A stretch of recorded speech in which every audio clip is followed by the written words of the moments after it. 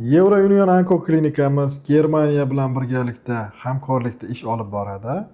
Endilikda siz saraton kasalligini davolashda yuqori malakali mutaxassislarga agar murojaat qilmoqchi bo'lsangiz, ushbu Yevrounion onkoklinikasiga kelishingiz kerak va barcha tekshiruvlardan o'tib, shu yerda ambulator yoki statsionar tarzda davolanishingiz kerak bo'ladi.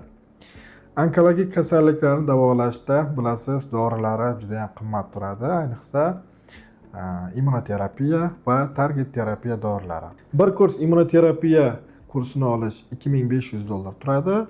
Target terapiya kursini olish esa $1800 turadi. Yevropa davlatlarida buning narxi 5-6 barobar qimmat bo'ladi. Indiyada, ya'ni Hindistonda esa buning narxi 1-2 barobar qimmat bo'ladi.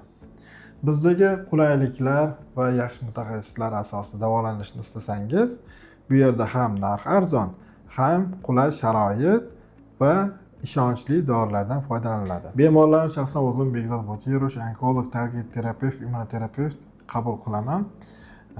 Dushanbadan juma kunigacha ertaman soat 9 dan kechki soat 16:00 gacha qabul qilinadi. Bemorlarimiz faqatgina O'zbekiston Respublikasidan emas, Osiyo va Markaziy Osiyo davlatlaridan kelishmoqda. Bizdagi eng qulay sharoit va tekshiruvlar bilan birgalikda narxlarimiz ham bemorlarga juda yoqmoqda. Sababiki boshqa bir klinikada yoki bo'lmasa boshqa bir davlatga boradigan bo'lsangiz, qo'shimcha 20-25% xorijdan kelgan bemorlardan qo'shimcha haq olinadi. Bu yerda esa unday emas. O'zbekiston fuqarosi uchun ham, boshqa davlatdan kelgan fuqarolar uchun ham bir xil narxda kapelnitsalar ulanadi yoki bo'lmasa muolajalar, shuningdek operatsiya, statsionar holatlarda davolash barchasi O'zbekiston fuqarosiga qilingan narxlarda bo'lib o'tadi. Asosiy bemorlarimiz Qirg'iziston, Qozog'iston, Turkmaniston, Tojikiston davlatlaridan kelishadi. Endilikda esa yurtboshimiz tashabbuslari bilan Afg'oniston davlati bilan ham qo'shnichilik aloqalarimiz rivojlanib bormoqda.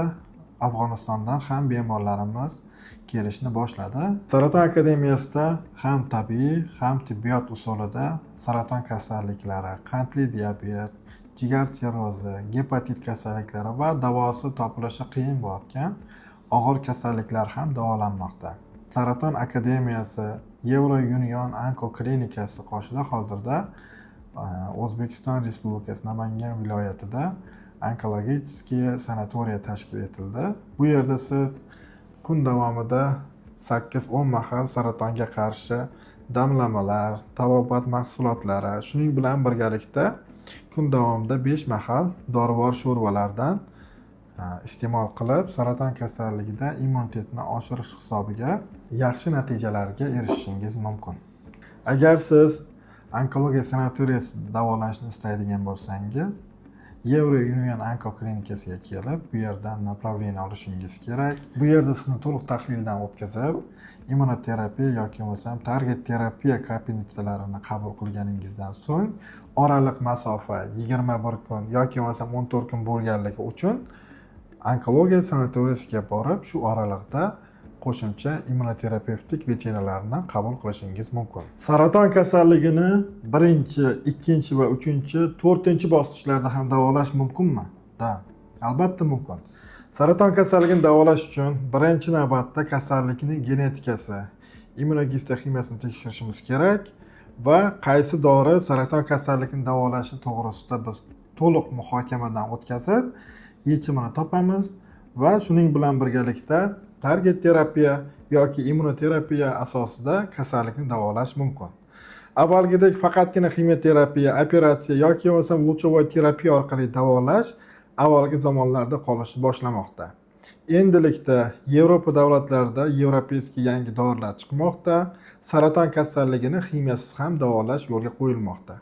Aynan shu usul hozirda Yevrounion onkoklinikasida Toshkent shahrida yo'lga qo'yilgan. Ushbu kasallikni davolashda biz avval to'liq muhokamadan o'tkazib, genetikasini, qon tahlillarini, biopsiyasini yoki bo'lmasam MRT, MSKT, PET tekshiruvlaridan hammasidan o'tkazib, aniq diagnoz qo'yamiz. Bunga aytaylik 1 hafta ketar, 10 kun ketar yoki bo'lmasam ba'zi bemorlarda 2-3 kunda ham to'liq aniqlash yo'lga qo'yilmoqda.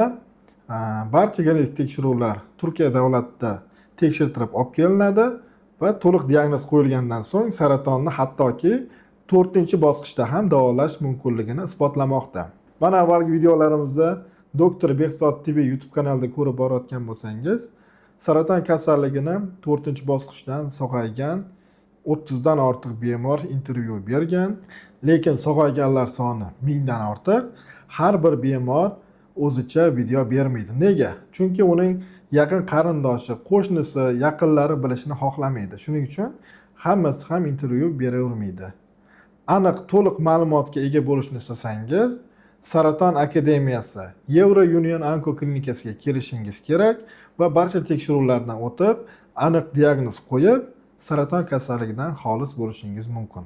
Endilikda Hindistonga, Yevropa davlatlariga yoki bo'lmasam Rossiya davlatiga borishni keragi yo'q. Barcha zaruriy tekshiruvlar Toshkent shahrida bor. Barcha zaruriy malakaga ega shifokor ham, barcha litseylar ham, barcha tekshiruv apparatlari ham endi Toshkent shahrida mavjud.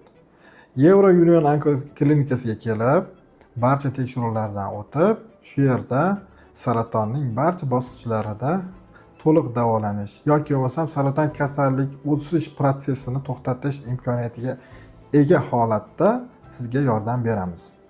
Saraton kasalligidan qutulish uchun birinchi navbatda o'zingizda kuchli iroda bo'lishi kerak. Shu bilan birgalikda individual tarzda vrach nazoratda bo'lishingiz talab etiladi.